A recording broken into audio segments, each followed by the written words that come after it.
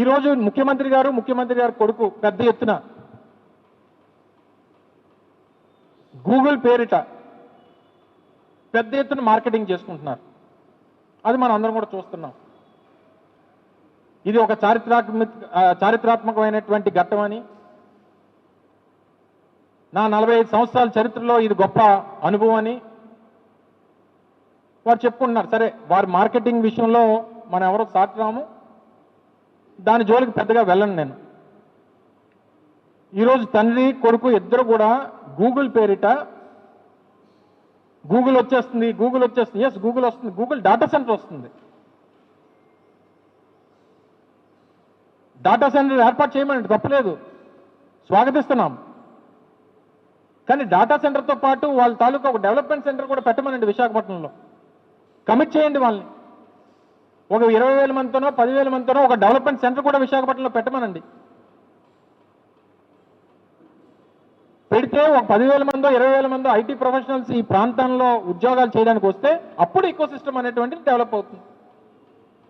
ఆ రోజు మేము ఇన్ఫోసిస్ తీసుకొని వచ్చాం.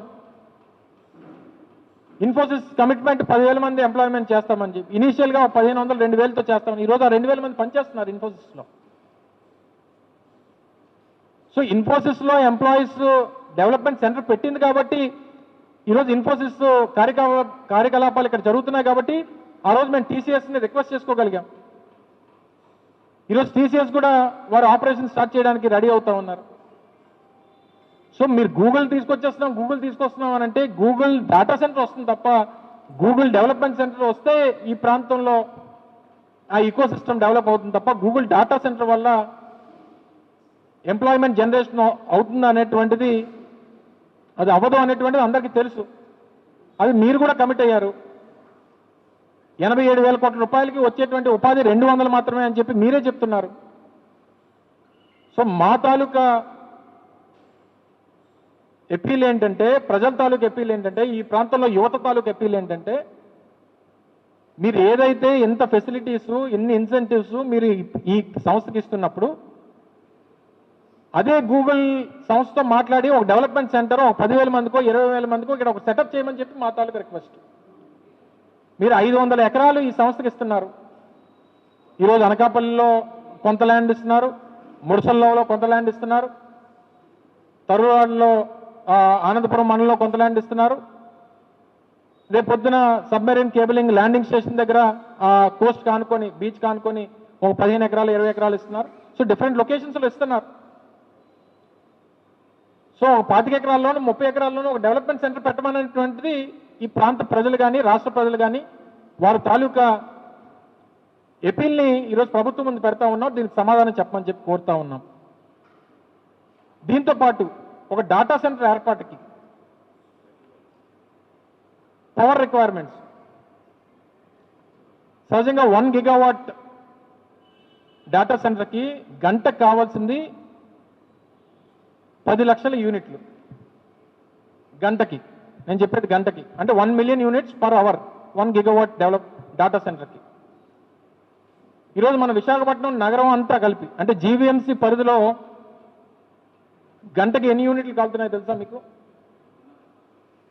మొత్తం జీవీఎంసీ పరిధిలో గంటకి ఈ డొమెస్టిక్ కానీ ఇండస్ట్రియల్ కానీ లేకపోతే అదర్ పర్పసెస్ అన్ని కలుపుకుంటే గంటకి యూసేజ్ 1 మిలియన్ యూనిట్స్. అంటే 24 గంటలకి 24 మిలియన్ యూనిట్ల రిక్వైర్మెంట్. అంటే ఈక్వల్ టు విశాఖపట్నం లాంటి పెద్ద నగరానికి గంటకి ఎంతైతే రిక్వైర్మెంట్ ఉందో ఈ గంటకి 1 గిగావాట్ డెవలప్మెంట్ డాటా సెంటర్కి అంత రిక్వైర్మెంట్ ఉంది. కాదంటలేదు, తప్పులేదు. ఒక కంపెనీ వచ్చినప్పుడు ఆ కంపెనీకి రిక్వైర్మెంట్స్ ఉన్నప్పుడు ఆ పవర్ సప్లై కానీ లేదా దానికి సంబంధించినటువంటి వాటర్ సప్లై కానీ దాని ఇన్ఫ్రాస్ట్రక్చర్ ఇవ్వాల్సినటువంటి బాధ్యత ప్రభుత్వాల మీద ఉంది. అందులో ఏ రకమైనటువంటి సందేహం లేదు. కానీ దీన్ని మీరు అసెస్ చేశారా లేదా? ఇంత పెద్ద ఎత్తున పవర్ కన్జంప్షన్ అనేటువంటిది ఒక సంస్థకి రిక్వైర్మెంట్ ఉన్నప్పుడు గ్రిడ్ మీద పడేటువంటి బర్డెన్ ఎంత, తద్వారా వచ్చేటువంటి ఇబ్బందులు ఏంటి, అసలు దీని మీద ఏమైనా అసెస్మెంట్ అనేటువంటిది ప్రభుత్వం చేస్తుందా లేదా అనేటువంటిది కూడా నిపుణులు సంబంధించినటువంటి ఎనర్జీ డిపార్ట్మెంట్కి సంబంధించినటువంటి దాని మీద అవగాహన కలిగినటువంటి నిష్ణాతులు కొన్ని అనుమానాలు వ్యక్తం చేస్తూ ఉన్నారు. దాని మీద కూడా నివృత్తి చేయమని చెప్పి కోరుతా ఉన్నాం. ఇక మూడోది 22,000 కోట్ల రూపాయలు ఇన్సెంటివ్స్ ఇచ్చారు ఈ సంస్థకి. ఏ సంస్థ కన్నా సహజంగా వచ్చినప్పుడు ఓ సంస్థ మన దగ్గర పెట్టుబడి పెట్టాలనుకున్నప్పుడు మీరు ఏం సహకరిస్తారు, ప్రభుత్వంగా మీరు ఏమి ఇస్తారు అనేటువంటి సహజంగా అడుగుతారు. సో ఇప్పుడు మనం ఇచ్చేటువంటి ఈ భూముల్లో ప్రభుత్వం ఇచ్చినటువంటి జీవో ఏంటంటే ఇచ్చేటువంటి ల్యాండ్లో 25% రాయితీ. ఇది చాలా చిన్న పోర్షన్. ఇది పెద్ద కన్సిడరేషన్లోకి అవసరం లేదు, సహజంగా ఎక్కడన్నా ఇచ్చేటువంటి. పవర్లో సంబంధించినటువంటివి మేజర్ ఇన్సెంటివ్స్. క్యాపిటల్ సబ్సిడీ కూడా 2,200 కోట్ల రూపాయలు. మొత్తం మీద క్యాపిటల్ సబ్సిడీ ఎంతంటే వాళ్ళు ఎంతైతే పెట్టుబడి పెడతారో పెట్టుబడి పెట్టినటువంటి దాంట్లో 2,200 కోట్ల రూపాయలు క్యాపిటల్ సబ్సిడీ కింద మళ్ళీ వాళ్ళకి రిటర్న్ ఇచ్చేస్తుంది ప్రభుత్వం.